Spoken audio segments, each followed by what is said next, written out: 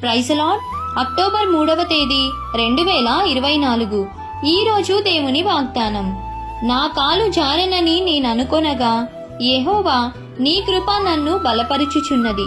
కీర్తనల గ్రంథం 94వ అధ్యాయం 18వ వచనం. విశ్వాస జీవితంలో రక్షణ పొందిన తర్వాత మరలా పాపంలో పడుతాము అనే భయం ప్రతి విశ్వాసికి ఉంటుంది. రక్షణ పొందినంత మాత్రాన మనం పరలోకం వెళ్ళము. రక్షణ పొందిన తరువాత మన చుట్టూ ఉన్న పరిస్థితులు మారవు, కానీ మన హృదయంలో మార్పు వస్తుంది. విశ్వాస జీవితంలో మనం జాగ్రత్త కలిగి ఉండాలి. భయంతోనూ వణుకుతోనూ మన విశ్వాస జీవితాన్ని, రక్షణను కాపాడుకోవాలి. మనకు ఉన్న శక్తి, మనకు ఉన్న బలం పాపాన్ని జయించడానికి సరిపోదు. దేవుని శక్తిని దయచేయమని అడగాలి.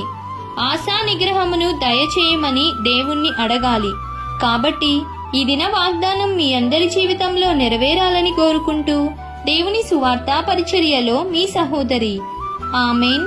God bless you.